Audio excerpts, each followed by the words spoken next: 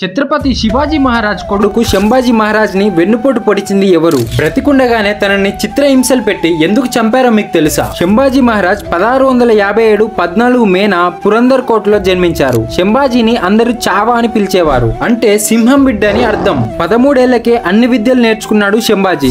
మొఘలులు హిందువులపై చూపిస్తున్న క్రూరత్వం, అసమానతలను చూసి ఎంతో బాధపడ్డాడు. శంభాజీకి 23 ఏళ్ల వయసులోనే ఛత్రపతి శివాజీ మరణించడంతో ఇదే అదునుగా చూసి మరాఠా సామ్రాజ్యాన్ని చేజెక్కించుకోవడానికి దండయాత్ర చేశాడు ఔరంగజేబ్. 5 నెలల పాటు జరిగిన ఈ యుద్ధంలో మొఘల్స్ ని ఓడించి రాజ్యాన్ని కాపాడుకున్నాడు శంభాజీ. ఇలా చాలా సార్లు ప్రయత్నించాడు ఔరంగజేబ్, కానీ ప్రతిసారి విఫలమయ్యాడు. శంభాజీ భార్య యొక్క సోదరుడు అడిగిన పదవి ఇవ్వలేదని పగపట్టి శంభాజీని ముఘల్స్ కి పట్టించాడు. శంభాజీని బంధించిన తర్వాత మతం మారితే నీకు క్షమాభిక్ష పెడతా అని ఔరంగజేబ్ చెబితే ప్రాణమైన విడుస్తా కానీ నా మతం మాత్రం మారను అని గట్టిగా చెప్పాడు. దీంతో తన కనుగుడ్లు పీకి గాయాలపై కారం చల్లి ఇప్పటికైనా మతం మారు, క్షమాభిక్ష పెడుతా అని అన్నారు. అయినా వినలేదు. దీంతో కాళ్ళు చేతులు నరికేశారు. అయినా ఏమాత్రం తన ధర్మంపై ప్రేమను వదలలేదు. చివరికి చేసేదేమీ లేక తనని ముక్కలు ముక్కలుగా నరికి ఒక నదిలో పడేశారు. చివరి క్షణం వరకు నమ్ముకున్న మతం కోసం, నమ్ముకొని ఉన్న ప్రజల కోసం తన ప్రాణాన్ని వదులుకున్న శంభాజీ మహారాజ్ గారికి నిజంగా హ్యాట్స్ ఆఫ్.